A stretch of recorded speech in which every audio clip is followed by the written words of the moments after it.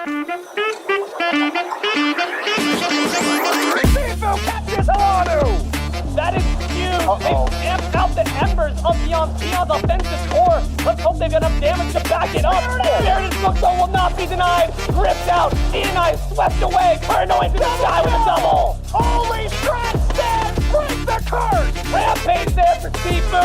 He is tied for them after 4 long seasons of setbacks and second places. The Oscar goes to Book and the Bad News Bears.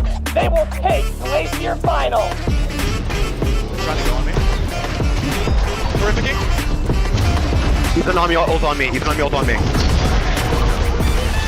Naja, ult on me. Take this fight, boys. We win it. Yeah. Don't let them back. I'm just starting. All right, boys. Let's become champions. Run this shit down. Is it on me? She's here. Kill her. Titan. Still ult. Get her. Go straight to Titan. That's your ult down. Go Titan.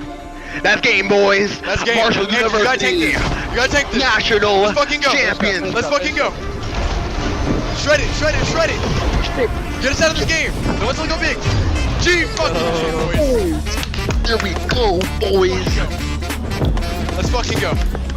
That's 10 all. He's half. Come back. 10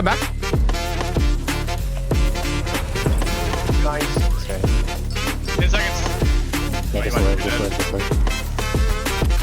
I'm up in 9. Nice. Good damage. Be careful, just live. Run. Nice. Dude, get the fuck out of here, dude.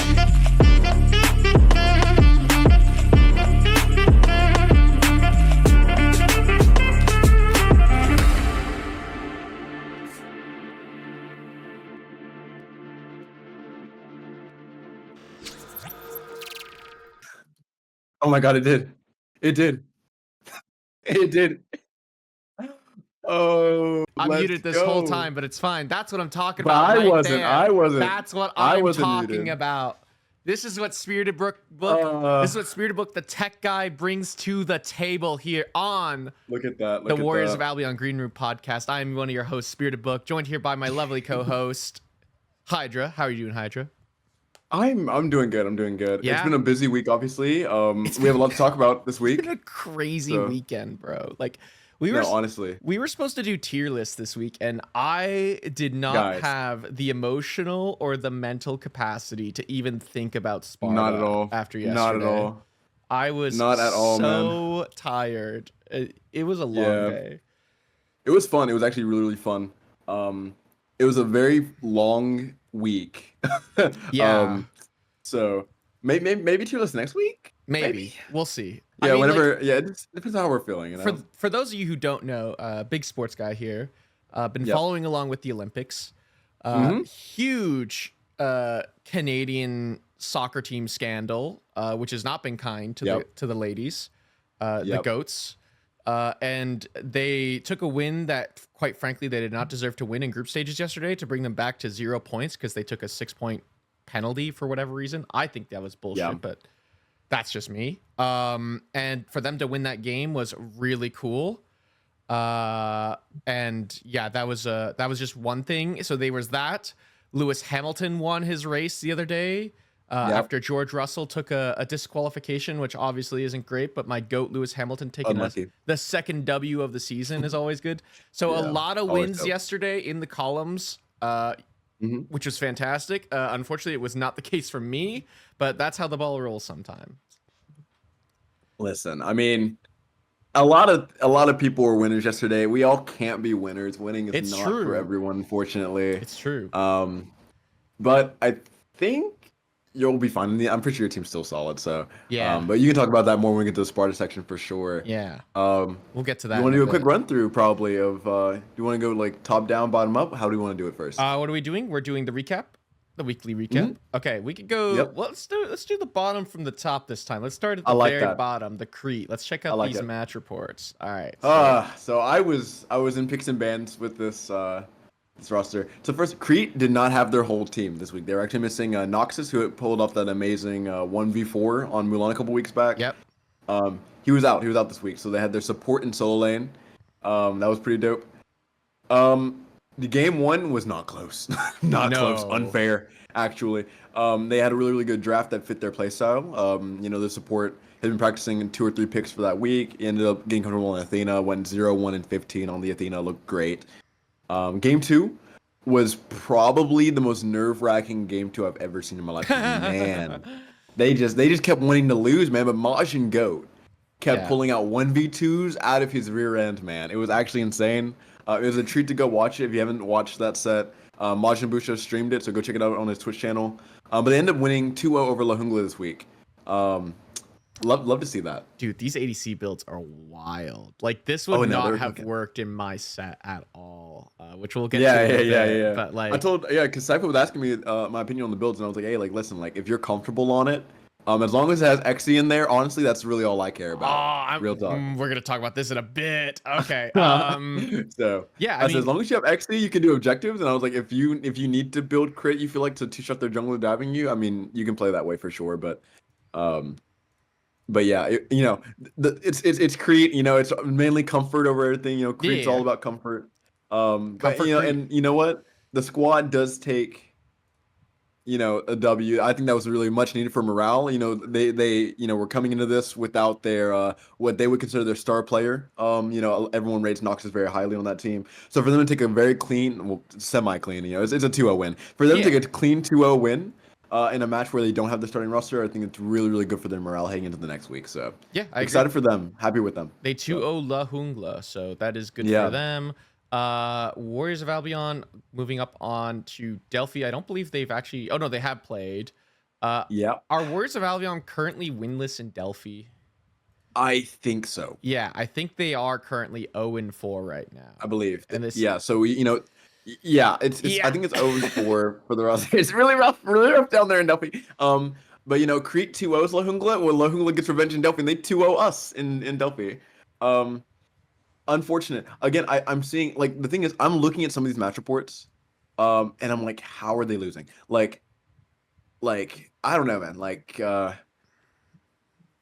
I don't know, like the game state, like you're 10k down, but like you're not dying a ton. This game 2 comp, or is it game 1? Game 1 comp from the Warriors of Albion looks dummy strong. We're talking Zeus, Which one? Athena, Medusa, Cthulhu, and Thor. Like, how is Medusa, Zeus not just synergizing with Athena, and you're just outright not winning the game here? Like, I don't understand what's happening. 5-1. Carib's being 7-1. Like, whatever. That character doesn't die sometimes. It's whatever.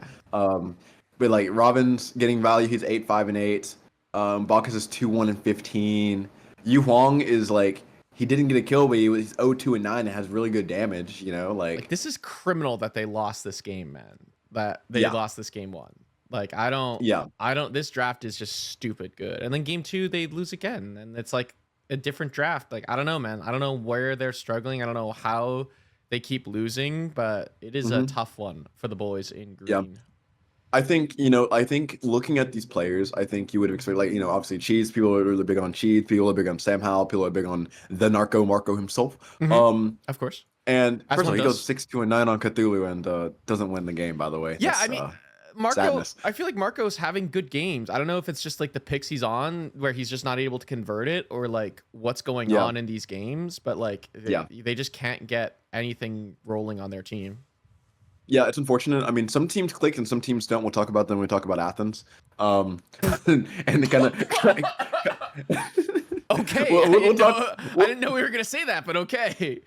Listen. I know. No, I'm joking. Listen, the new team. Hey, I fuck with them, bro. I fuck with them heavy. But like sometimes, like in game, like sometimes your game plan's not clicking. Yeah. And like this week, I think Athens was a really good example of our game plan not fucking clicking. Holy shit. We'll get to that in a minute. Yeah, we'll definitely get to that. But I wonder if you're on Delphi, Bob Sinter's the captain of that division. I wonder what you're looking to do because trade deadline's next week. I think you need to make a change somewhere. And honestly, there's a world you just look at the coach, and because I know Ferendum's supposed to be coaching that team. I don't know if he actually is coaching that team. It depends on how closely involved he is with that team. Yeah, I don't know personally. I think he's kind of suggested things here and there. Yeah. But I haven't seen him talking there as of late, and so I don't know if that means like he's just kind of not involved anymore or what, and they've just kind of lost direction. Friendem, I have had him as a coach in the past. He can be quite spotty a little bit here and there. Like he can kind of be involved and then not be involved. I feel you. So like, yeah, I feel like very unfortunate situation for the boys in green. They're currently 0-4.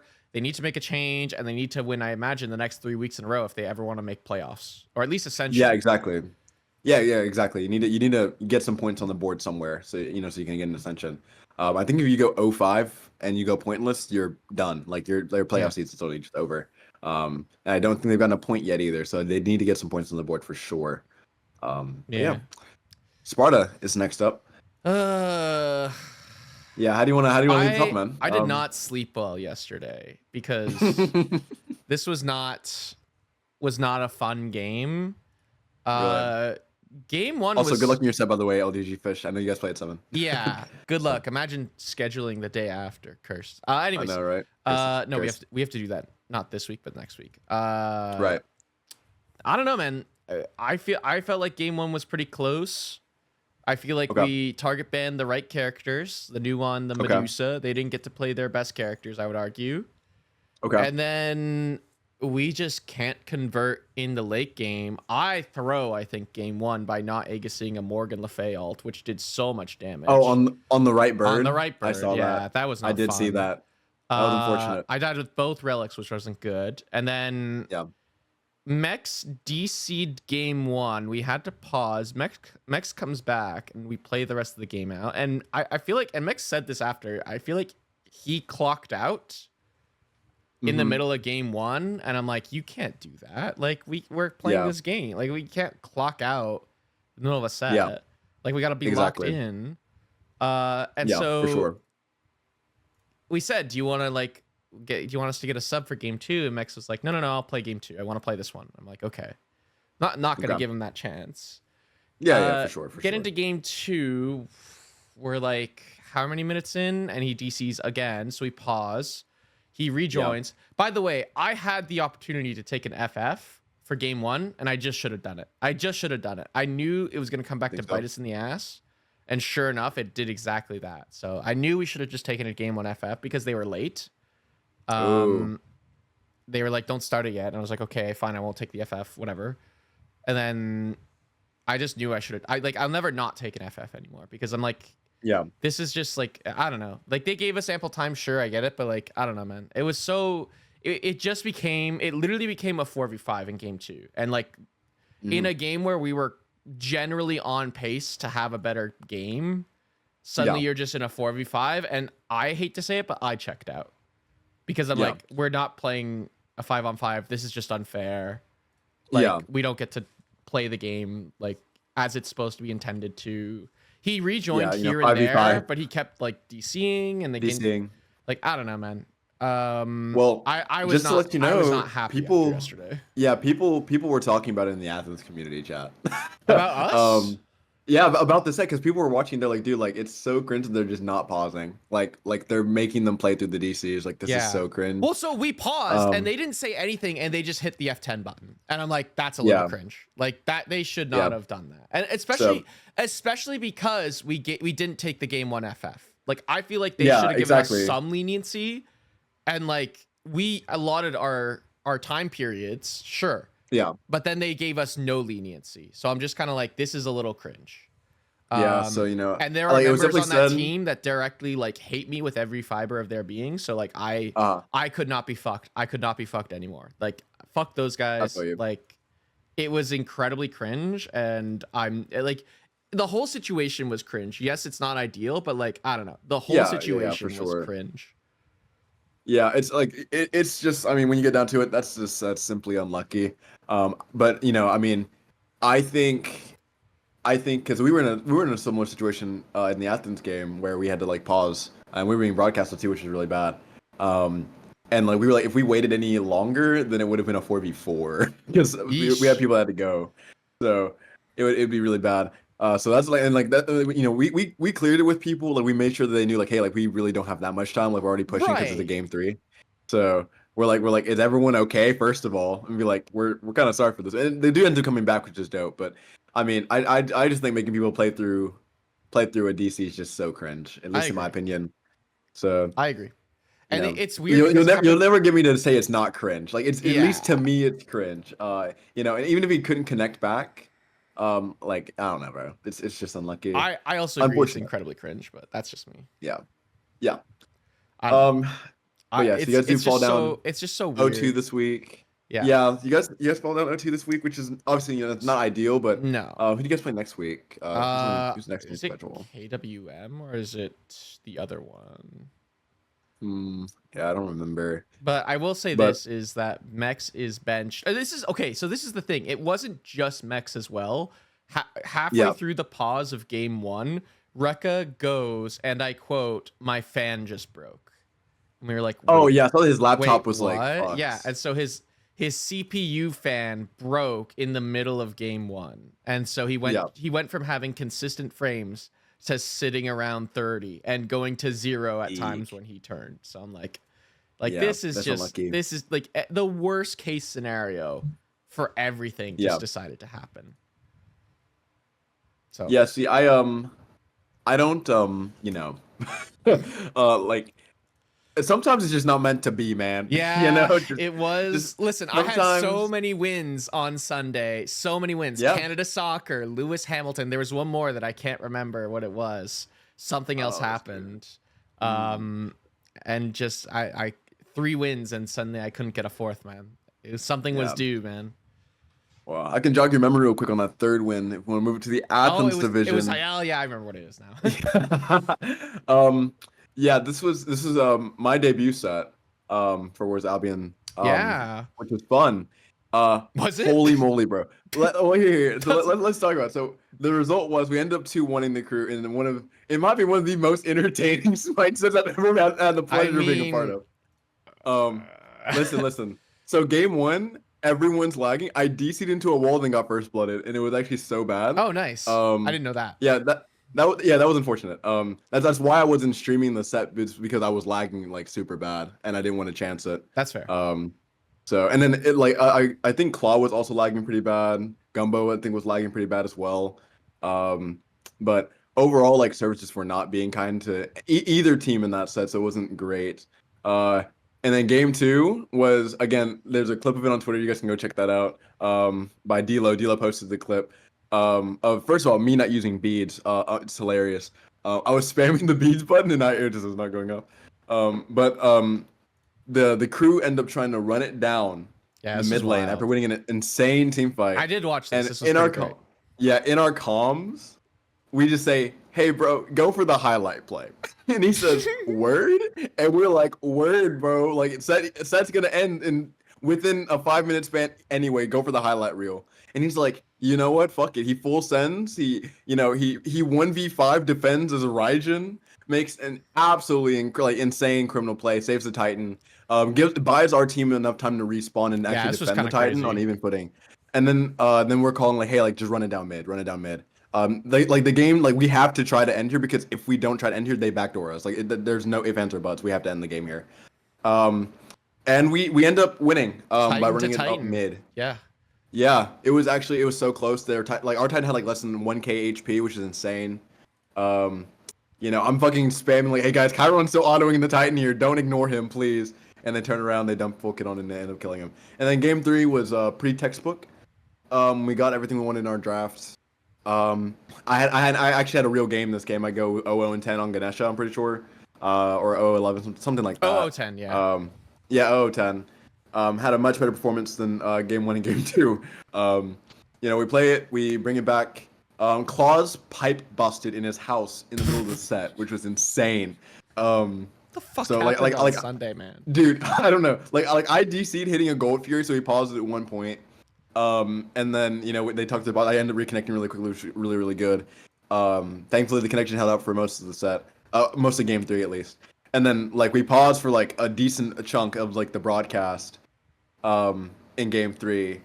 And because Claw's like water pipe busted in his house, and we were like, "Hey, like, crazy. Are you okay?" and then they were like, "Hey, like, whenever he gets back, we just have to start it."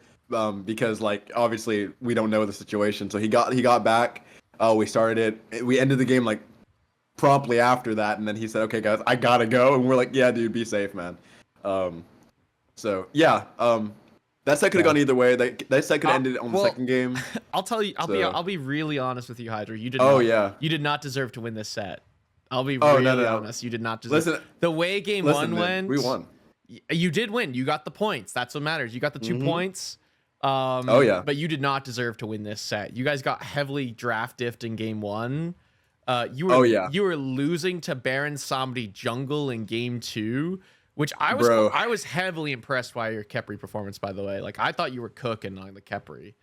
Dude, like the thing was like we locked up, like the team talked about it and we said like, hey, like just so you know, you're gonna die a lot. And I was like, I'm fine with it. Like, I don't care. That's your job as Khepri. You are there to be a target for them to hit. I will say, when they locked in the Baron Jungle, I was like, guys, I'm gonna die a lot more than you think this game. I can't get away from them, like at all. So like if I ever plucked in, you had Magi's corner, and beads. That's hilarious.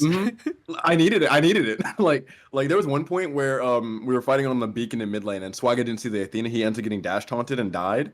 And they took my Magi's proc, my Khepri ult cleanse, and my beads, and took all that to save my life. Like I had to run back to Duo Bird. It was insane. That's pretty funny. So yeah, it was actually insane. But yeah, overall, really fun set.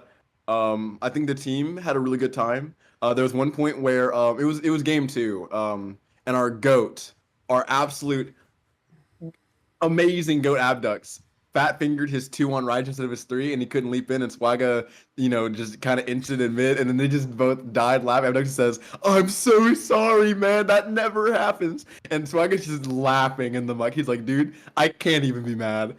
That actually just saved the whole mood." And then they just die. Like, it was just like laughing, man. Had a great time with you guys. Those, man. But I mean, like, you guys were losing to Artemis, or you were beating Artemis, but like even like you look across the way, the crew just had weird drafts in game 2 and 3. Like there was a stark difference from game 1 where they cooked you guys, and then game 2. We banned Pilot's Daji. And I don't know if he just doesn't like playing on any other assassin other than that, or I don't know. He said assassins are bad right now, which he did say that. He did say that. Then play Gilgamesh and Nike right now because those gods cook. Now the thing is like some people will like say that he troll picked game 3. Genuinely, the Artemis jungle is not like for like the draft that we had, it actually wasn't a bad pick. It makes it hard for Hunbats to engage if she, Tuskie's like, and he hasn't already engaged. She hard counters me. Like if she like beats ults me, then I'm done. Like the Ganesh gets no value. It just never ended up happening that way. So I could see the thought process behind it. They cooked a little too close to the sun, in my opinion. Well, I think it would have been better if you went kin size. The problem is you're playing into Cthulhu, and neither of your 80 carries have any health % pen against the Cthulhu. Yeah. So you have double hunters, and neither one of them are building towards killing the Cthulhu, which is what you need on a comp like this. Yeah, I will say the takeaway from this set that both teams took away was 2 things. One is that Freya's a bait pick. The shit feels so bad. No, you mean to tell me here, episode 6, you finally mean to tell me that Freya is not that good? Listen, we had a game 1. For weeks, I have been preaching this, Hydra. For weeks. I should have believed him, guys. I should have believed him. I should have trusted him. I should trust the ADC player, guys. I should trust the ADC player. Jesus Christ. But dude, now I will say, the Freya did win a 1v1 3 levels down because Freya damage. It's Freya. Like, that's all she does. But dude, listen, like 3 levels down, she went the 1. Okay, sweet. But laning with it genuinely sucks. Like if they have any form of pressure, then we just can't do anything. Like we had a game 1. And so, like, my Freya can't step up unless she's a ranged auto attacker sometimes. The second that's down, I get dash taunted. Her ability to play the game is based around whether her 2 is on or off cooldown. I have been saying this for weeks. Yeah, unfortunately, that was the thing that we did confirm. And you know what? The crew ended up taking Freya game 3, and they wanted to try it out. And I think that's actually where their draft kind of fell apart, was that they took Claw off this Medusa where he looked really, really good on it game 1 and game 2, and they put it on their mid laner for no reason. Like they could have just ran back the draft that was working for them. and they wanted to try out Freya. Yeah, and Claw has no percent pen as well, like no like health pen in the build. Like He couldn't kill Valve, he couldn't kill me. Yeah, Valve never dies here on Cthulhu because of what they drafted. It's like I don't understand this thought process by the crew. I think they fumbled the bag in game 3. Yeah, I think picks and bans just kind of went our way for game 3. Again, I think Helenu said on the cast, like we went back to picks that all the players were comfortable with. Like again, Valve went back to his Cthulhu. I went back to the Ganesha. So I got Hunbats in the top 3. We don't know why they didn't fucking ban it. Swagga very clearly showed this weekend that he can only play. Can only play Hunbats, but like. He looked really good on it. He looked really good on it, and like it's a stark difference from like his other performances for sure. I will say, like he told us before the game started, he's like, "Hey guys, like I just played off season. I won off season this weekend. Playing Hunbats. I feel really comfortable on it. I want to like maybe not play a game 1, but like definitely somewhere in the set I want to look for a Hunbats game." And we were like, we trust it. Like fuck it, sure. We hadn't scrimmed with it literally at all beforehand, so the team fights, at least in game 2, were a little weird. But by the time we got into game 3, we knew what to do. You know what I mean? Yeah. Like for sure. So really exciting week there. But man, the second thing we learned besides Freya being bait was that I don't know if it's public knowledge yet. But Bracer is the worst relic in the game. The crew built it, and it benefits your enemy. Like you benefit from Bracer passive if you're the enemy. Yeah. So we learned this because Swagga just was somehow staring at Abdux's debuff bar in game 3 and was like, "Hey, you're getting debuffed by Bracer. What does that say?" He's like, "Oh, it says I'm getting power from it. Wait, Hydra, you're on Bracer." I was like, "No, that's the enemy Bracer." He's like, "Why the fuck am I benefiting from enemy Bracer? You know, like why?" And then when they went to jungle practice, tested it, and guess what? Yeah, you do. So don't build Bracer in your games, guys. PSA, don't build Bracer. It actually helps your enemy. And they don't need to be standing in it. If it's in render distance, it's so weird. It's so odd, man. So we don't know what kind of spaghetti code moment that is. Like it's so goofy. Like just don't build Bracer, please. I feel like render distance, quote unquote, might actually be its ward coverage. Maybe, probably. It's probably, what it probably is. Yeah. Yeah, when we were so confused, Bracer's never debuffed an enemy before. Like it's revealed to you with the other upgrade. That's but so like, funny. Yeah, and it's not just tier 3, man. Tier 1 Bracer, tier 2 Bracer. It's Bracer's an op, man. Damn. Bracer is an op. Get it out of here, man. Oh, simply remove Bracer. All right. Let's move on. But yeah, fun week. Yeah, fun week. Let's move on to transactions. Where did we leave off? Do you remember? Was it? Yeah, I gotta scroll up. Was it before? I think it was Bracer gives you power and movement speed, and it acts as a ward. But it gives you power and movement speed. But it's supposed to only give your allies movement speed and power when they walk through it. But currently, in its current state, it is giving it to the enemies as well that I believe cover their render distance if they see it. Yeah. Or if they walk in the ward vision. It gives it to the enemy team as well. So like you're relicing for the enemy, and then if they don't build Bracer and you do, then they just have an extra relic up on you. It's actually really bad. We genuinely don't know what caused it. Listen, if you ever get a chance to ask Swagga about it, just because Swagga and Abdux tested it yesterday, man. After our set, and like they have the screenshot, they have the clips and stuff of it where they were testing it. It was so odd. It was so weird. So that's why we beat the crew, by the way. We had more power than they did. We had more Bracer buffs. Where was it? Was it the Awesome Luke trade, or was it the Royal, the Vreska, and the I think it's Delphi the trades. Vreska one. Okay, the Delphi trades? trades? I think it's Delphi trades. Yeah. Okay. I can see some of this. I can't see all of this, though. I got it. Yeah, I got it. Yeah. So the crew ended up trading I'm Not Royal to Bard College. That's Delphi. And then Food Fighters trade Vriska to the crew. And then Bards trade Burlsworth to Food Fighters. So there's another like weird 3-way trade that happened there. Overall, I think Burlsworth maybe going to Food Fighters might be the most significant trade there. Agreed. But other than that, like, yeah. And is it just Burlsworth is going to a bench? Like, I don't know. I think he's playing bench. I have no idea, honestly. I didn't get a chance to check out that team's Delphi team.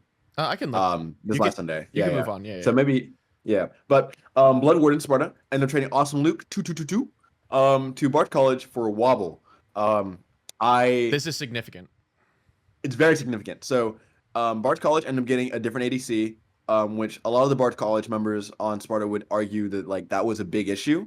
Was that, and there's more significant trades that happened later on as well. but the backline was not very vocal and they didn't play together. So like they would be getting dove and they'd split off in 2 random directions, if that makes sense.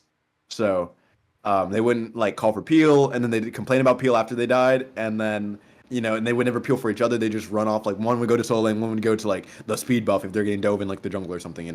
So overall, just a not very well functioning backline was really what some Bards College members would say was the issue. And they're making trades to try and fix that. So this was one step towards that. Yep. I mean, Awesome Luke. Next. Has played with Bud before. He played with him last season. Yeah, exactly. But it was in so support. like he already knows Bud's like tendencies and stuff, which is a big thing. So I think so. The crew end up trading Proflux GOAT, to Food Fighters for Tangents. I love Tangents. Yeah, I mean, both these like Tangents wanted off this team. Proflux wanted, I guess, was on the block, so they just make the trade happen. I don't know. I would imagine Proflux starts on Food Fighters. I don't know if they played this week though. He was not starting on the crew. Correct me if I'm wrong. No, he was definitely not starting on the crew. Yeah. I don't believe Food maybe Fighters he can have played find yet, so maybe he's playing sometime soon. We'll see. I think a lot of people, again, talking about the crew team, a lot of people were like, Proflux was their first round pick. Let's talk about that for a second. And he wasn't finding first round pick value on that roster. No. Well, so I would argue he wasn't finding value on the roster, period, personally. Like, if you watch his games. I mean, I could see that. I could see that. He was definitely a problem player to them. But definitely, like, in the spot where, like, first picks have been picked, like, you're picking, like, who's your first pick? Was it Zexy? Yeah. Yeah, so like Zexy's like an integral part of your team, and Proflux obviously was not having that amount of impact. You know what I mean? Definitely not. So like already the crew's in like a weird scenario where they need to get somebody that can fill the slot. Thankfully, it's just a mid lane position, so it's not like jungle end all be all. Yeah, if it was jungle, it'd be really rough. It was jungle. Oh, was it? Yeah. Ooh, curses. That's too bad. Return to the base. Stay here. They have Adora now, so they are in a better state than they were before. Yeah, for sure. I'm a big fan of the crew. I like people on the roster. Shout out my homie Trey. But I want to see them find success. So I hope any trade that they make is always going to be a positive one. So. Yep. Next one. This is my favorite trade. This is my favorite. It's incredibly wholesome. Yeah. So the Bards College Delphi end up waiving Evil Papa Oath. Can't do math. Because he liked being a Papa so much that he's going to be someone's actual dad. So first, congrats to Evil Papa Oath. Yeah. Man. Congrats to Oath. Papa Oath. Who, by the way, fatherhood is dope. We haven't talked about it yet, but Papa Oath was the reason that every Discord, every division now has a tier list channel. So shoutouts to Papa Oath. He's the GOAT. He's the GOAT, man. He is the GOAT, man. Yeah. Sparta has a kid on the way, man. Delphi has one. Crete has one. Man, it's just a time. What a time to be alive in OSL. Heck yeah, man. I mean, yeah. So obviously everyone, everyone obviously like that's not like a bad decision. Like, like unlucky you lose a player if you're Bards College Delphi, but like you can't be mad at it. Like he's gonna be a father. Definitely not. Can't be mad at that at all. Bloodwarden's Crete and then waiving Neo Mystigan. Sure. To go swim around in the free agent pool. Sure. So they're just dropping off one of their bench players. I think they have 3 bench players, so like it's whatever. Yeah. And they can always pick someone up from free agent. Exactly. Now we get back to some Athens trades. Going Ghost Athens are trading Arijo G to Lahungla for Kyber Zinber. Kyber is he played last season? Yes, he was. Before that, he was played actually Sparta? on Going Ghost in Athens last season. But I just assume because he's not starting on that team, and I'm sure he just wants to start. So maybe he has a chance to start on Lahungla Athens. Might be a move that Mando wants to do on that roster. Who knows? Next, where's Albion Athens? We abducts from Royal Jesters Athens, and in return we sneak out Renown. So Renown Kamodaga ends up going to Royal Jesters Athens division, and an Abducts ends up being one of our 2 mid options. We have Abducts and we have A Garrett. Which I was surprised that this trade kind of went. I don't know. I don't know if that needed to happen, but I guess it did end up happening. So I mean, yeah. But I mean, it worked out. Abducts is clearly an integral part of the team now. Yeah, I mean, the thing is, like, Garrett was supposed to be the starter. And then he just so happened to be busy the weekend because he just got traded and no one knew his plans. And he was busy on the weekend because he was a bench player before, so he didn't think he would have needed to cancel. He didn't plan in advance that he would be playing. Yeah, exactly. So he just wasn't available this last weekend. So he played with Abducts. which dope. Love Abducts. Obviously, he's a big vibe to play with. Love the dude. So yeah, but a big talking point about it was the Renown getting traded off of Wars Albion, and everyone's like, why? Like he was performing pretty well, but a big thing was just like the roster wasn't seeing a lot of success, so Valve was in the mindset of like just any change that can be productive is probably gonna be good change. Change for the sake of change because the current state isn't working. Yeah, exactly. Like something currently on the roster isn't working, so like you might as well change something on it. And it's easier, like you don't want to move Quona and MR because he's your first round pick. You obviously don't want to lose him. So you put a lot of draft stock in Swagga. So I think if you're moving anyone off that roster, it's probably going to be the people that were moved off the roster. You know what I mean? Yeah. So yeah, and obviously it's for no like malicious reasons. Obviously, obviously I still think Renown's a sick player. Hope he has a great time on Royal Jesters Athens. So hope he finds success there. Anyway, La Jungla Crete has given the what is it? It's just a big blank. Banshees is black. I see it. La Jungla trade for so my Discord's in dark mode. I literally cannot see that. You must be colorblind then, man, because I can see that clear as day. Nah. Well, I also have like a Discord theme, so like mine's like a dark red, and it's literally just dark red, like black on dark red. I can't read it. Yeah. Okay. So yeah, so La Jungla Crete gave Banshees a new king in King Balorus, and they receive the sweaty fives. So love that. Sure. Love that. Good for them. And then a bunch of claims go through. Yeah, bunch of Crete claims. They're claiming some new people. Let's see. Food Fighters end up rejecting the medical advice of Dr. Dilf. And they reach out to Fallen Angels. There we go. I can't speak. And they get Bingus. So Bingus onto Food Fighters, and Dilf's onto Fallen Angels. Fallen Angles. So is that what they're called? It's Fallen Angels. Okay. Yep. You're saying Fallen Angles, and I'm like, surely Fallen not. Angles, man. Is this another Dargan situation? Surely not. I doubt it. Yeah. So thank God. But yeah, exactly. But I will say, I think, well, I don't know. I think Dilf's probably just gonna be on the bench on the roster because he's playing support this season, and Fallen Angels still have Koja Fox, who I think is a really, really sick support. I don't imagine they'd be benching him for Dr. Dilf. Probably not. Unless Koja just can't play a week or something, and he just needs like some coverage like really, really soon. So, Food Fighters Delphi, they're trading Brolsworth. Brolsworth gets traded again. And then goes to William Mentions for Demon Teddy. Yeah. Shocker. Next, I guess. Dargans. Burlsworth is just like food for the slaughter, man. Like he's just being tossed around everywhere, man. He's getting passed around, man. He's like a good salad. Yeah. Wait. No. Moving on. Big Scary Dargans. Yeah. Trade. Yep.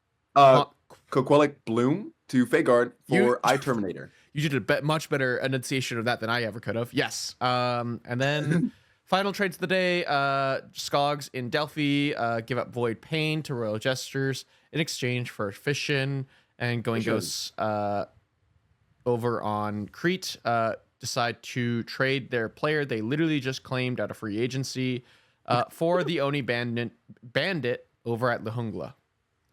That's what you call trade fuel right there, bruv. Picking someone up from free agency. Yeah, pick them up just to trade them, man. Just to trade them. Get them out of here. Yep. That's actually hilarious. That's been the trades of the week. Yeah, honestly. A lot of movement. Again, we're approaching that trade deadline. So like, a lot of these rosters that may be struggling, they want to see some movement. But yeah, Going Ghost Crete, making some free agent pickups there. I will say Going Ghost Crete, I think they're 0-4 for the season as well in Crete. And they're looking to make roster changes. I'm pretty sure. Okay. So I think maybe this might be a good move in a direction for them because they need a change in a direction for sure. For sure. So yeah, and you do want to get it this week, so you get the weekend. I wouldn't be surprised if in the next day or so we see a couple of transactions pop up. Exactly. Just because you need these transactions to go through, so you get a week of scrims with them before your next set. Oh, 100%. I mean, there's not to spoil anything, there's definitely in every division there's some people on the trade block. Oh yeah. And and people if you peek into some players' scrims, that they stream and stuff like that. You'll see like other players are scrimming with other players that aren't initially on their roster and stuff like that. So like you can see like some cogs moving for sure. Oh yeah. So I'm sure we're gonna have a decent amount to talk about next week in a lot of divisions. Honestly, not just. We're Athens and also Sparta. making like an internal change as well to like our roster as well. So like there is like Ooh. stuff in the work. Yeah. I mean, I could say it. Mex is benched until further notice. Yeah. If not indefinitely, I think just because I think at this stage we need to make a change, and we're kind of forced to make a change with the internet issues that Mex is currently dealing with. So true. So true. So I think at this point we are gonna try out Slag and see how that goes this week, Okay. and then go from there. Heck yeah. No, I mean, again, I've been a big Slag believer the whole season. Yeah. I've seen the guy play. I think he's really, really flexible. And he's very adaptive. I'm excited to see how he plays. I mean, we played Yeah. with him last week. He subbed in for a scrim and did pretty well, and he seemed to mesh well. So we'll see how it goes long term. Heck yeah. Yeah. Well, always excited to see that. Yeah. And then I guess we could quickly recap Sparta of the other sets. Some sets haven't happened. Oh, yeah. There's some stuff missing. And then we could do what's it called for next week? Predictions. Yeah, the predictions. Yeah. Predictions. Okay. Predictions. So we started off this week with Royal Jesters taking on Food Fighters. So RJ remain undefeated as things stand, and 2-0 Food Fighters, which honestly, no surprise there, to be honest. Right. Biggest upset, I think, of this week was the crew 2-0ing going Ghost. But similar instance to our set is Kernoin also DC'd. You'll see here on this second screenshot, Kernoin is level 15 by the end of this game, and that is not a accidental situation. He only had 2 completed items. He did DC and not rejoin back in. Yep. Yeah. So like I will say a lot of people were obviously like favoring Going Ghost going into this matchup. I think Going Ghost is the stronger roster on paper. Yeah. And typically in practice they get to play a 5v5. Not to take away from, the local thugs on, the crew, because they're all named Your Local Thug and then their name, which is, I just think that's cool. I like that. Obviously like that's just a really unfortunate situation. If you're Going Ghost though, you're not sweating. You're like, hey guys, like we know why we lost. But game 1 they got smoked. Like, they did. Look at this screenshot here. They didn't get a single kill. Jolly got 1 kill in this game. Like, they got smoked game 1. I think crew played their game. I think Trey Trey's comfortable on her. That's one of his better picks for sure. He doesn't do as much damage as many, but like, does he need to? He's an ADC. Rolls useless. Rolls dead. Josh, he goes 0-10 on Aphrodite. Has 10k player healing. Hilarious number. Adora 208 on the Surtur. Love to see that pick. PB Adam ends up going on Shock 514. Only death on his team, so Pittsburgh Adam diff. Bench him please. Trade block. And Drezzy has 506 on Yu Huang. I mean, they all played like really, really well. I think Jolly played Nuwa, the cringe character, by the way. And lost on it. So, So well, hang on. I'm always happy to see Nuwa lose. Is it more cringe that Jolly's playing Nuwa, or is it even more cringe that Joshi in support is playing Afro support? Oh, Nuwa, 100%. Damn. 100%, Okay, you heard it here first, folks. That character is so cringe, bro. Heart Shower 2. Pressure 1. No, you're good. You're good. I was gonna just rant about Nuwa, but Heart Showers. Heart Showers 2-1 Kitsune, which I said, man. But once again, it's a J Swervy differential. Bro was not there. Yeah, that's also very true. And I like how they did say we didn't have any subs, we didn't have any DCs. We just 2-1 them. Yeah, which isn't true because J Swervy was not there. Nuwa players are like Yumi players.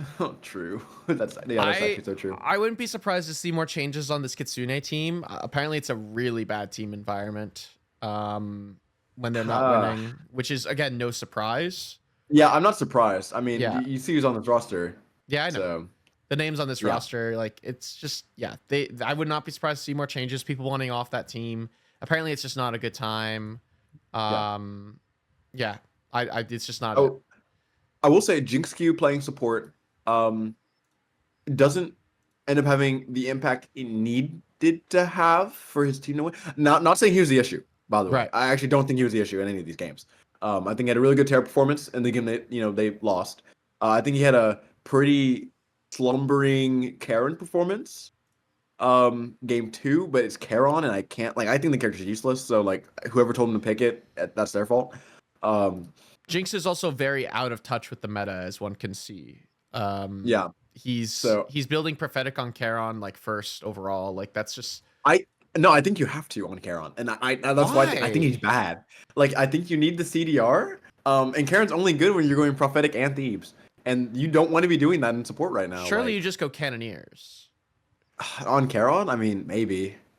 I But feel it like, doesn't give you the CDR that you want for your mid game. So like it's just I like his best build guess. is prophetic Thebes and like Chronos Pendant.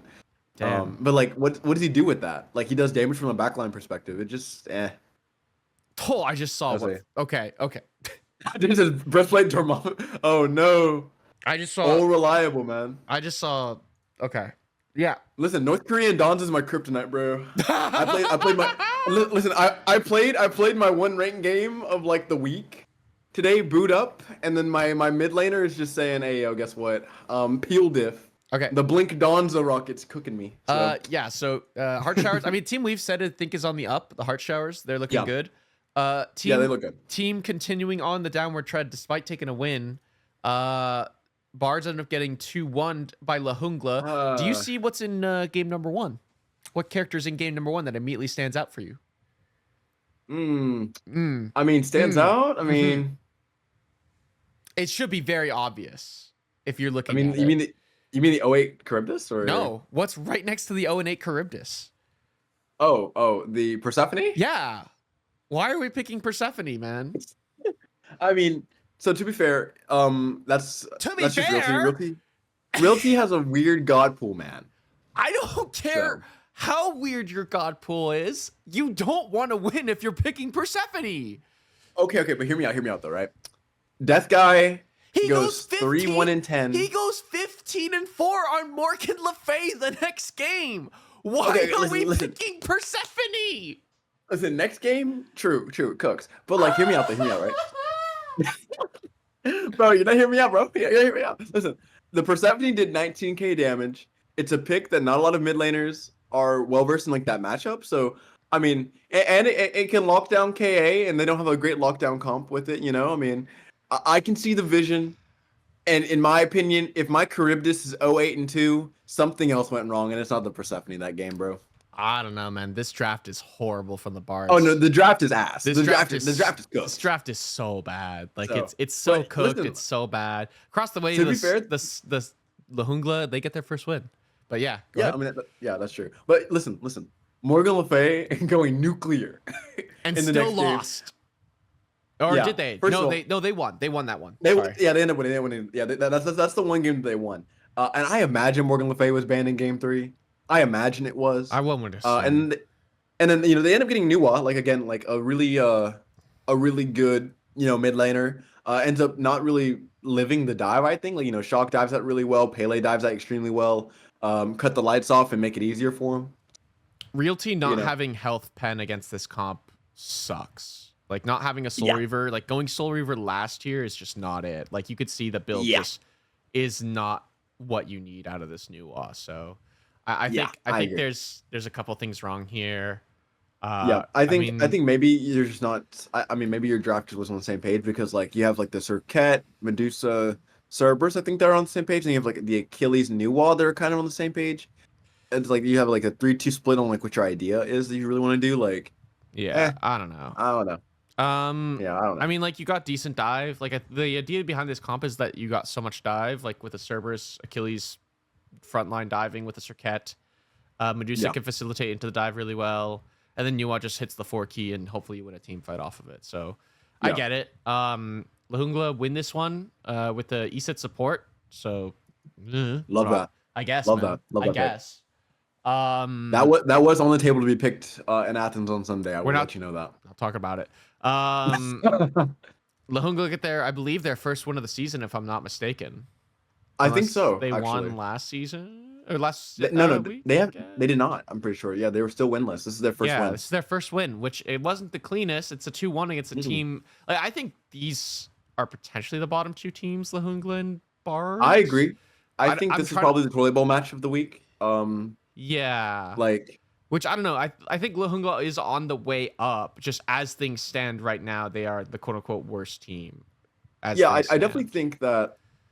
Yeah, I mean, I just have to agree. Like, yes, like 100%. Like yeah, both these teams have made changes, but one is definitely like on an upward trajectory versus the other, which I think is still struggling. Yeah, I think both teams have a lot of issues that they both need to fix. And there's not a lot of time to do that. So no, not a lot, and not a lot of time to make changes either. Dargan's 2-1 Fagard. Fagard seemed to just keep scoring points here and there with the one victory. I mean, hey, they'll make Ascension. Slick is continuing to show that they can only play the one character of the X-Ball. Yeah, Fagard is this team that can take a game 1 victory and then lose the next 2 because the other team figures out, oh yeah, this is how they're gonna play every single game. No, literally. They figure it out because they say they're going to play the same way every single game. And so we're going to ban these characters. We're going to pick these characters. And this is how we're going to play the map. And they win the game. So, yeah. I have to agree. I mean, I think once you figure out what this team really wants to do, they struggle to adapt. Because like, once their one strategy gets kind of figured out and then it gets countered, it's like, let's try to do it better the next time. And it just gets countered again, Like, unlucky. Very unfortunate. And that's it so far for this weekend. There's a couple matches that still need to be played. I know what's their name are doing theirs right now. KWM and Skogs will be playing in a blit. Fish in the chat saying time to go play Skogs. Good luck, have fun. I hope you lose. Good luck, man. Hope you lose, Fish. I hope you lose. Oh wait, I said the other 2 teams are the bottom 2. Depending on how this set goes, Skogs are also in that bottom 2 category. Ooh. It's a toss-up, man, because Skogs are also a shit show right now. But I hope they beat Fish and his team because then there is a chance that we can get top 2 still. Okay. All right. Yeah. Throw the match, Fish. Yeah, but like, not actually. Don't throw it. Just play really bad. Yeah. Anything else? I think that's it. I think we're good. We gotta round out the show again, decently soon. But we could do predictions. Yeah, I mean, we have an hour. I think. We have an hour, and then we gotta play the Bad News Bears are back, man. They were out, but they thought they were out, but they're not out till it's over. We're so back. Exactly. Oh man, we'll love to see it. Fish on team's already throwing. LOL. Dang. They're just gonna take that. But man, lock in Arachne solo. Arachne support, by the way. Tech. Going into. Oh yeah, predictions. Okay, I got it right here for us. Assuming this works. Yeah. Yeah, we'll get it. Boom. Let's see if I can do this now. Ooh. Okay, we're getting there. Hang on one moment. We're cooking. Oh. I take a lot of things from digits. Nah, Fish is wilding for real. All right, here we go. Maybe we do one more. Push the envelope. Oh, I hope his Uller Axe gets ghost hit. Wild. That's actually kind of toxic. That's like I hope your Uller Axes are all ghost hits. I hope you. Oh man, that is like on par with. I don't care that you broke your arm. I hope all your Capri ults flicker. Like yeah. That's toxic, man. We don't take that here. None of that. We'll actually ban you. Anyways. No, we'll take it. Predictions for this next upcoming week. We'll start from the top. Troy Division, Going Ghost versus Royal Jesters. This is for first place, I think, between these 2 teams. Yep. Who do you think's gonna win before I say anything? RJ. Oh wait. Okay, RJ. You think they're gonna win? Yeah. Interessante. I think Ghost did lose this week. I think Ghost making that change for Kernoin, by the way, was a mistake. Long term. Okay. I think long term it's a mistake for that team. Interesting. I think Ghosts are still probably really strong. Not gonna lie. I agree. I'm gonna just say Nah, it goes 2-0. Goes 2-0. Oh, okay. I'll say RJ Goes 2-0. 2-0 Jesters. I think Okay. RJ's going to 2-0. Okay. We're All split. right. We're split then. All right, we are the only split thing down is the that middle. this is assuming like servers are decent. There's no DCs next week. We're asking everyone has full rosters. We're asking for a lot of non-caveats here. I'm going to be honest. Yeah, exactly. So assuming everything's fine with both teams, I think goes 2-0. But I don't think it's gonna be clean 2-0s. Yes, it is, Brett. I also don't think it'll be. I think the matches should be close, but I think it'll be a 2-0 RJ anyways. Yeah, 100%. And yes, this is for Smite. For sure. Blood Wardens versus Fagard. I'm gonna give it to Blood Wardens. I'm also gonna get the Blood Wardens, but do you think it's gonna be a 2-0 or a 2-1? Fagard are gonna keep the track of a 2-1, man. Fagard are gonna win game 1 and lose the next 2. I'm gonna call it right here, right Agreed. now. Agreed. That's it's exactly gonna what be, I was it's gonna gonna say. be Blood Wardens 2-1. I got Juan Tiflis in the chat. How you doing, man? I saw your carrying build. It makes me want to puke, bro. But you play it really well. You play it really well. I think it's gonna be game 1 win for Fade and lose. Exactly. Yeah. Bones knows. My chat with the good takes. Big Scary my chat with the Dargans. good I mean, takes. we can move on from that. That's all there is to analyze for that one. Dargans literally. versus Food Fighters. Dargans have remained at the middle of the pack. Food Fighters are still winless here in this division. I think Food Fighters are going to remain winless, and Dargans are going to win this game. I think genuinely, unless a big like trade happens that goes through this week that we're just not like we're just not aware of, right? Yeah. Like, so like current existing roster, it's a 2-0. Like it's not even close. You know what I mean? But like they need something to seriously change. Agreed. See what else we're build. It's wild. Crew versus Fallen Next, though. Angels. I don't know. Did Fallen Angels play? I don't think they have yet. I don't think they've played yet. Yeah, so we I actually believe they have not. don't know what roster we're getting for Fallen Angels just yet. Because last week they played with a very shall we say botched? Shifted. Yeah. Yeah, botched is way better. But yes. Botched. I was gonna say shifted, but yes. A botched draft in terms of a roster. I think, was it last week or the week before? Oh, this is Fagard. Where is Fallen Angels? Here we go. They 2-1 Big Scary Dargans. Yep. DGLIM plays game 1. Gatto drops a nuke. DGLIM doesn't play game 2 and 3, and it's Sogno ADC, Freak mid, Czar support, and then the rest remains the same. Like, and they won, but is it going to be enough to beat the Crew, who is on an upward trend, just 2-0'd Ghost? Ghost, of course, having some caveats to them last week. Exactly. Like, I don't know, man. This is a tough one. This is a battle of the middle of the pack. Yeah, exactly. I think this could go either way. I think this is going to be a 2-1 no matter who wins it. But I do want to vote for the Crew here. I'm going to favorite Crew here. That's fair. And obviously, we haven't seen Fallen Angels play like their last week set. 1, 2, 3. Crew's like prime Epsilon right now. Crew is like, listen, they're cruising. Crew is I think not they're feeling prime really good. Epsilon. Hold on. They're not that good. Let's be real. Listen. The meat riding can wait, but I will say I do think the Crew's on the up. I think they are getting better. I think they've identified what style of play works for them. Yes. And you know they've already gotten some pretty hard matchups already. They scrim, at least to my knowledge, pretty decently often. Yes. Dreszy is always asking me for scrims every week. Yeah, dude. Listen. This week Dreszy has a plan. It's all part of the script. 2-1 Crew. Okay. I will be inclined to agree with you. I'm also going to give it to the Crew 2-1. I think Fallen Angels. I mean, if Gatto drops a nuke, I'll be happy for him. Oh yeah, same. I love Gatto. So yeah, so I would love to see more out of this Fallen Angels team. I just think they're cookie cuttering their roster too much, and so it's a little all over the place. True.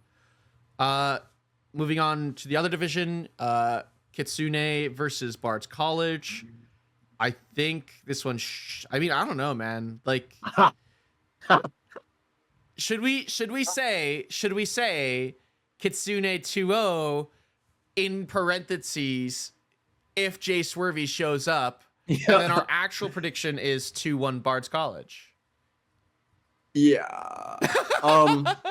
Here's my thing, right? Okay. So Bard's College did make some roster changes this last week. Yep. and I don't know if I can leak this. I mean, surely I can. But they're playing with the new ADC, and to my knowledge, a new mid laner. So a whole different backline.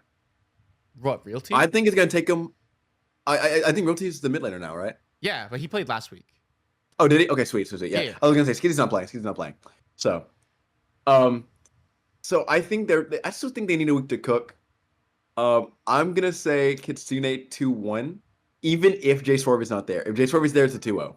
Okay, interesting. But the Bards have so many issues on their like in their game plan. They need to fix it. They do have a lot of issues. I mean, I think they can win if Realty, I don't want to say fixes his god pool, but plays to win with his god pool. True. I can see that. I like if you're picking the Morgan Le Fay and cooking on it, keep playing it until they ban it. And by the way, Morgan Le Fay is really good right now. Oh no, that buff on her? Phew, yeah, nice. That was huge. Let's see that. Arset versus KWM. Ugh. Okay. I don't know, man. I actually don't know. It depends how scrims go for me this week. That's my prediction. Is I will have an answer by the end of the week. So KWM that's the expert. That's Fish. They are playing right now. Benson. They are playing right now. Oh, Diff. Oh, love that. Don't mean to post that. Whoops. That's funny. In my opinion, I think this is a building week for Warriors of Albion. I agree. You guys will need to get scrimmed in. If we beat KWM with this new roster, it's Jover for the rest of the league. I'll tell you that. Oh, I don't think another team that you play after this has a chance. Straight up. I agree. I think if we can 2-0 even, like it's so good. If we can win, it's so good for us. Yeah, if you guys can 2-0 or 2-1, I think it's really impactful. But I think I'm gonna err on the side of caution here. I don't think you guys end up. I don't think you guys 2-0 this week. That's fair. I could see it 2-1. That's fair. But I'm gonna say KWM's gonna probably win it 2-1. That's fair. And I genuinely feel it'll be like a team synergy. Like you guys haven't played together, so like a call's gonna get misconstrued or something. Maybe a fight's gonna get lost late game, and then it was anyone's game, but you guys ended up misplaying it or something. That's I can just see it happening. I respect the take. I respect the take. Yeah. Yeah. Yeah, and Fish, asking for a new roster. Yes, Mexican American Moose is benched. Internet issues are too much right now. So they're gonna go with Slag and support. Slag support. Man. SL Jag. He's gonna cook. Lahungla versus Wailing Banshees. Give me Banshees on this one because Discogs, despite looking better after roster changes, still continue to struggle here and there. They're on an upward trend, and I don't know if it's enough to get them where they need to be a team like Wailing Banshees, who are quite good right now. Yeah, no, I'm inclined to agree. Yeah, I'm inclined to agree. I think again, Lahungla squeak out a win against Kitsune. Not Kitsune, jeez. Barth College, there we go. They end up squeaking a win past Barth College. But Barth College is a struggling team. Yep. They have issues that need to be fixed. That obviously were not fixed by game day. Banshees are consistently middle of the pack. Like they know their identity, they own their identity, they really want it. Well, I feel they're like top 2 now because of beating us. Yeah. Oh, true. I forgot about that. Yeah, they're top 2. Like we are on a downward trend. So. It's true. So listen. Just gotta play it cool for playoffs. Can't use all the energy in regular season. Well, it's true, man. It's true. So, I do think Lahungla is gonna probably get 2-0'd by Banshees this week. I don't think it'll be particularly close either. Especially if they have like their starting roster. I don't think it'll be close. Yeah, I agree. So I agree. Heart Showers versus Lahungla. Give me Heart Showers all day, every day, man. Heart Showers versus Cogs, you mean? You said Lahungla. Did I? Okay. My bad. You did. My But Heart Showers. I keep like peeking over here to see if this set has started yet. It has not. I feel you. That's the Owen Diff stream, man. W. Simply an Owen Diff. But yeah, I think it's gonna be Heart Showers, probably 2-1 this week. Yeah. I think again, like this is like a friends team. They vibe. They're doing what they need to do. They vibe. They're cooking with each other. They're just gonna beat any and every team if possible, if given the opportunity to. Yeah, I don't see them getting 2-0 just straight up. I think don't think so either. I think that they play together. Outside of scrims, like they just play casually together. They have a really good energy about them.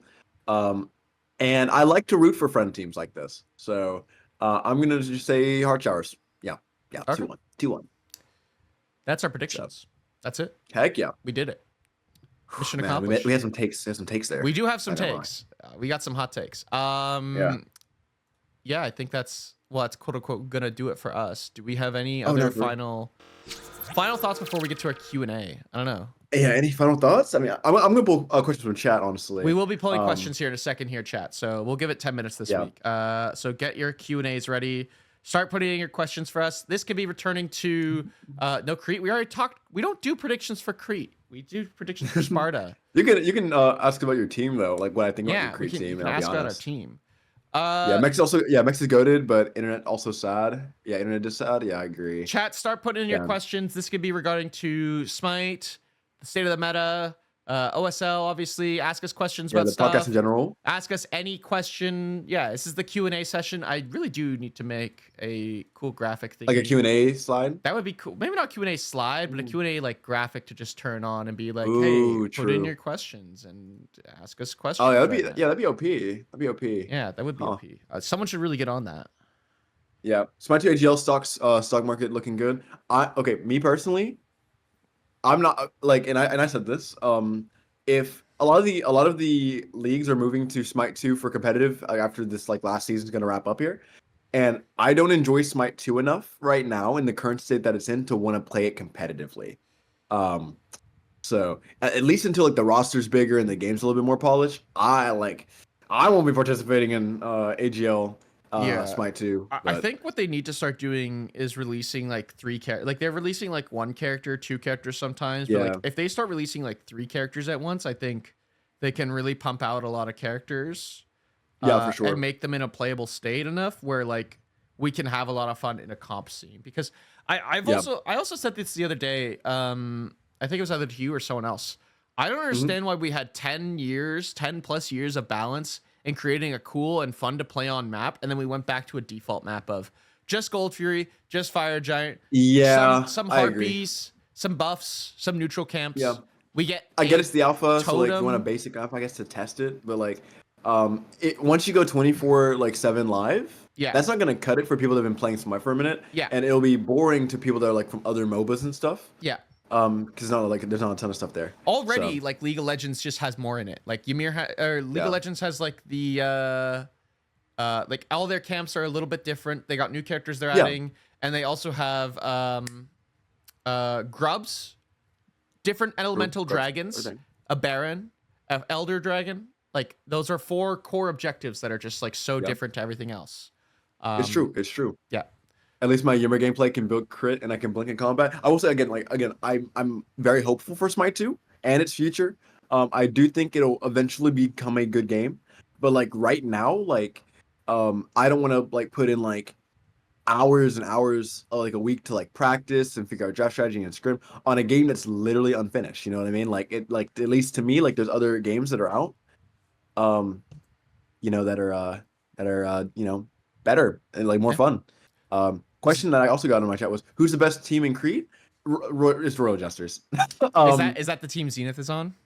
Yes, it is. I'm going to not say Royal Jesters. We're going to say Warriors of Albion. It's also the team that Free Bowling's on, so I'm also okay with that answer. My college guys are on like different teams. I have a Going Ghost Crete player. I have several Royal Jesters, like 3 out of the 5 of them go to my school, and then I have my Goat Free Bowling that goes to my school. Love all those Crete teams. But I don't think there's actually a hands down best Crete team.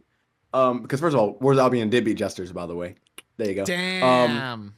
So just putting that out there, technically SV tweaking, but you lost, man. Can't argue. You did lose facts. 2-1. You did lose 2-1, to Warriors of Albion. That's all I gotta say, But I do think like Crete has a very, in my opinion, Fagard did beat I wasn't there that week. I didn't have them with their draft. So that's just that's a that doesn't even count. Doesn't even count. So no, like literally, I walk them through their drafts. It's so fun. I actually enjoy. I love the Crete team.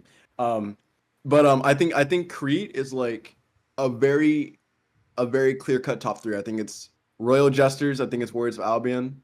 Those are, in my opinion, the top 2 teams. Okay. And then I think, man, I had to pick one. I don't know. I think after that, it's a little bit more you can debate it after those two. Okay. But I do think Justice is by far the team to be worried about in playoffs for sure. Like that team will just beat you, and they're all friends. They hang out all the time in my Discord. Like they just play random games together. So like, Yeah. you know, It's just a you're not vibe. matching. You're not beating that vibe. Yeah.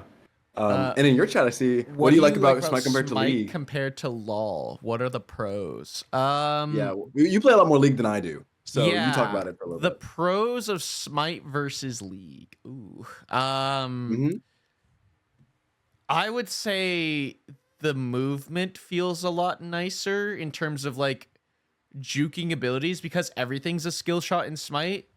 So that True. I think the skill expression is a lot easier.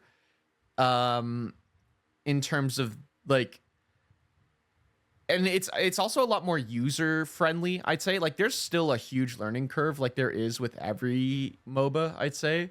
Like it took me years to understand Smite and like how XP and gold works.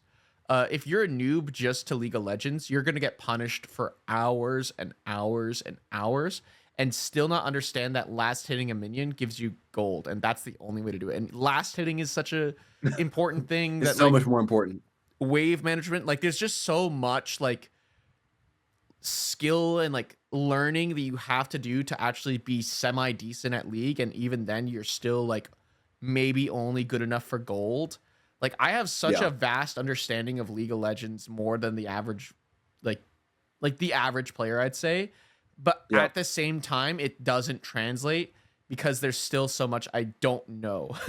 Like it's so crazy to me, and like there's so many like there's a lot more like button mashing, but the button mashing has to be in the right sequence. Like it's so like, I don't know. It's just a lot more like skill expression heavy and like a lot more macro versus Smite, which can just be more of an arena. Like that's what MOBAs are. They're a massive online battle arena. It's more of Smite is more of an arena versus League, which is more of a farm fest and then be more calculated.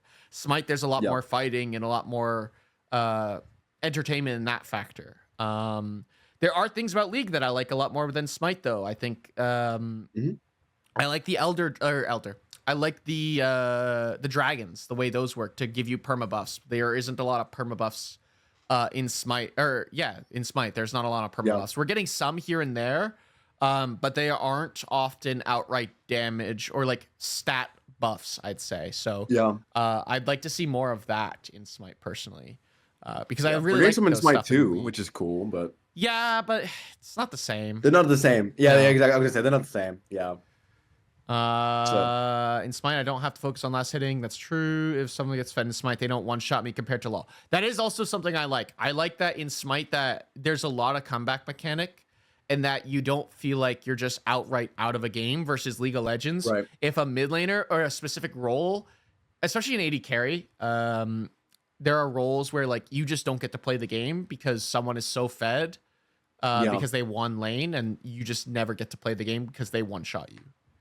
Yep. Yeah, I mean, I'm a big fan of, I think you talked about it really quickly. Comeback mechanics, there's a lot more in Smite.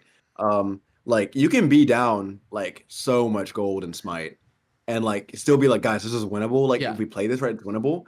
And in League, you can get to a point where you're just like, guys, like it's cooked. Like, now, granted, like, in Smite, like in like the high octane esports moments, like we see moments like that, like it's really cool. When it happens in League, it feels like tenfolds. Like it's so cool. Like it's like I think back to like in 2022, I want to say at Worlds, the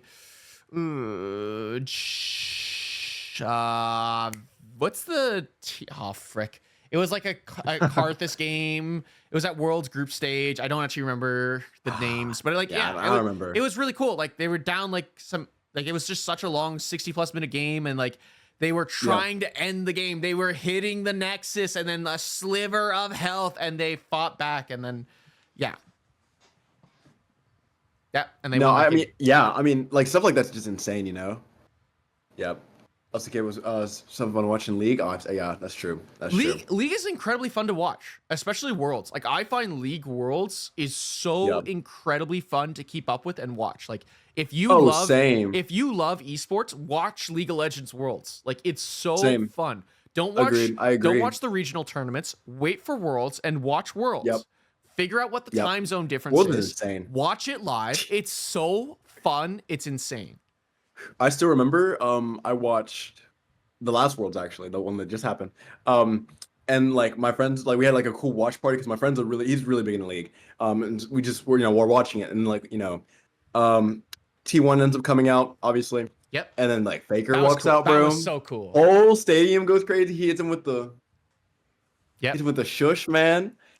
Dude, I swear my friend passed away on that couch so quickly. But there's really cool moments, I think, and like that's why I really like esports, and like that's why I play in the amateur scene so much. Is that like moments like that are just so like insane to watch when they happen, and they don't happen like all the time, obviously. Like there's like weeks where it's kind of like honk shoot snooze, but like you get those moments that, like at Worlds, like at a big tournament, that's like happening, and it like the game just feels so different. Yeah. Like I know me personally, like after watching Smite Worlds every time, like I get like this urge to play more Smite. Yeah. I was gonna retire in season 9 and never play more amateur, and then Worlds happened. I'm like, well, frick, guess I'm playing more Smite. You're like, here we go, guys. Guess I'm logging back in tomorrow, boys. Yeah, literally. Like this last Worlds happened, here man. We go again. Like I was like, dude, like I guess I go for another go around, and I'm glad we did because we got an AGL title out of it, so it's fun. We did. So. That was fun. That was a lot of fun. So. Any final questions? Any quick rapid fire questions? Because we are past our time for today. We are.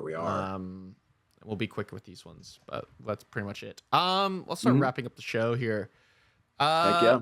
Warriors of Albion Greenroom Podcast. Guys, we do this for fun. It's great. It's a lot of entertainment. We do. If you want to support us, follow the YouTube channel, youtube.com/spiritedbook, where I post all the VODs for this videos and stuff of the stream.